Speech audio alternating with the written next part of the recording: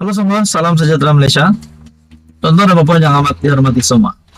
Masih lagi bercakap tentang 4 MP bersatu, Perikatan Nasional yang menyokong, yang mengisytiharkan sokongan terhadap Datuk Seri Anwar Ibrahim, Kerajaan Perpaduan. Kita juga tahu bahwa mereka mengambil keputusan itu untuk menjaga ataupun untuk mendapatkan peruntukan bagi pengundi di kawasan masing-masing. Nah, saudara-saudara, apa kesan terhadap 4 MP bersatu ini? Apa kesan akta lompat parti ke atas 4 MP bersatu?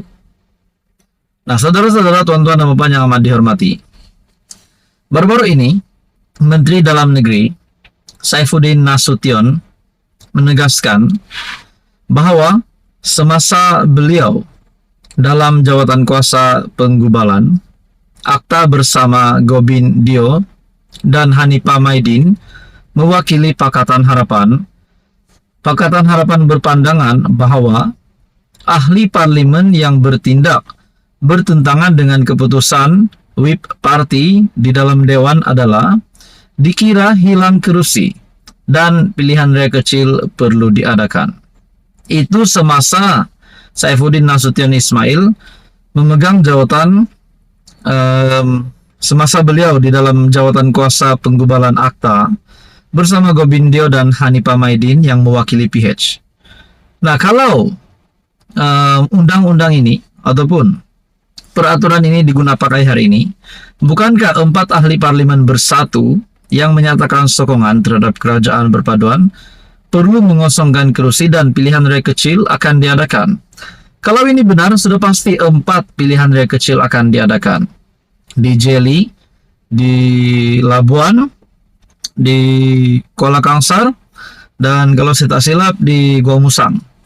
Nah, tuan-tuan dan bapak yang amat dihormati, seperti yang dinyatakan di dalam artikel ini dari Harapan Daily, PH berpandangan bahwa MP yang bertindak bertentangan dengan keputusan whip party di dalam Dewan adalah dikira hilang kerusi dan pilihan raya kecil akan perlu diadakan. Tindakan MP yang bercanggah dengan keputusan whip party itu seperti undian belanjawan, usul undi tidak percaya, dan apa-apa RUU yang memberi kesan kepada kedudukan kerajaan. Selain itu, MP yang dipecat oleh parti kerana melanggar disiplin dan perlembagaan parti dikira hilang kerusi. Perikatan Nasional masa itu diwakili Hamzah dan Taqiyuddin. PN tidak setuju dengan cadangan PH di atas. Bermakna, apa yang berlaku hari ini mungkin tidak dijangka oleh kepimpinan PN waktu itu. Terutamanya yang dinyatakan di sini Hamzah Zainuddin dan juga Taqiyuddin Hasan. PN masa itu diwakili Hamzah dan Taqiyuddin tidak setuju dengan cadangan PH. Akhirnya Wan Junaidi, Tunku Jafar sebagai pengerusi mengusulkan hanya cadangan yang mendapat konsensus semua parti akan dimasukkan. Isu ini sebenarnya telah ditimbulkan oleh Anthony Locke semasa dalam perbahasan pada 27 Julai 2022. Ini yang dibahaskan oleh Anthony Locke. Saya bagi contoh, kalau lepas pilihan raya yang ke-15 nanti, ada seorang ahli parlimen DAP. Keputusan DAP sokong yang berhormat Port Dickson sebagai Perdana Menteri, akan tetapi ahli parlimen itu tidak mengikut keputusan parti, dia sokong yang amat berhormat Bera menjadi Perdana Menteri. Apakah kita boleh buat? Kalau kita pecat dia, dia kekal sebagai ahli Dewan Rakyat. Dia tidak akan mendapat apa-apa kesan daripada tindakan itu melanggar keputusan parti. Perkara ini juga boleh berlaku di sebelah sana. Kalau sebelah sana ada MP yang tidak menyokong yang amat berhormat Bera sebagai Perdana Menteri, sokong yang berhormat Port Dickson sebagai Perdana Menteri, maka kalau mereka dipecat, dia juga tidak akan mendapat kesan sebab kerusinya masih kekal. Tonton apa komen Anda, teruskan bersama di dalam channel ini untuk info yang seterusnya. Halo semua, salam sejahtera Malaysia. Selamat datang ke channel Fels Lifestyle. Tonton apa yang amat dihormati semua.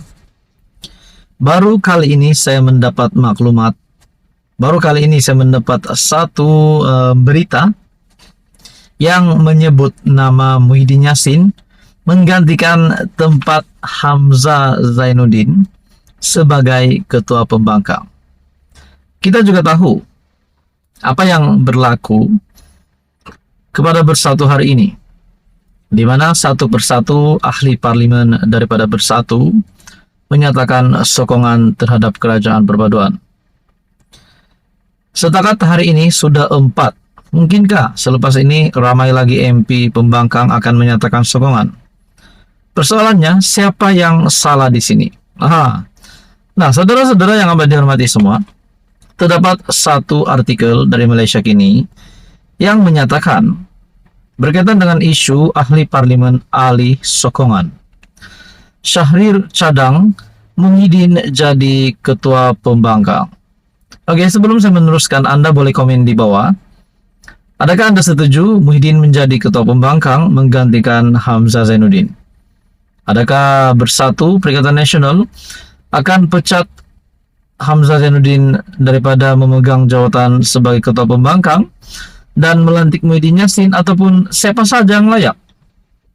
Nah, di dalam artikel ini, pengurusi Perikatan Nasional Muhyiddin Yassin sepatutnya memimpin pembangkang dan menjadi ketua pembangkang di parlimen, kata veteran UMNO Syahrir Samad.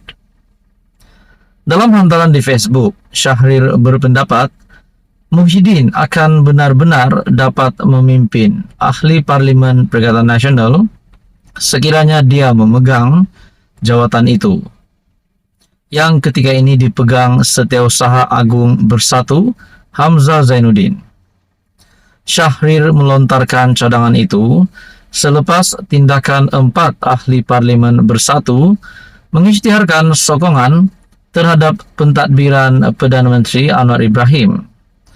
Mereka ialah Iskandar Zulkarnain Abdul Khalid daripada Kuala Kangsar, Suhaili Abdul Rahman dari Labuan, Muhammad Azizi Abu Naim Gua Musang, dan Zahari Kecik dari Jeli. Syahrir berkata, pimpinan tertinggi PAS dan Bersatu seakan-akan tidak melihat parlimen sebagai institusi paling penting dalam sistem politik negara. Bagi saya, inilah satu kelemahan Perikatan Nasional sehingga membuka ruang kepada ahli-ahli parlimen mereka beralih sokongan mereka. Kepimpinan politik bukan hanya di peringkat parti, kepimpinan itu juga perlu dilihat dan dirasai dalam parlimen, kata Syahrir. Syahrir berkata lagi, sistem parlimen di Malaysia mengiktiraf penyertaan pembangkang menerusi jawatan ketua pembangkang. Jawatan itu disertakan dengan elaun dan pejabat, serta diberi keutamaan dalam perbahasan untuk rang undang-undang yang penting.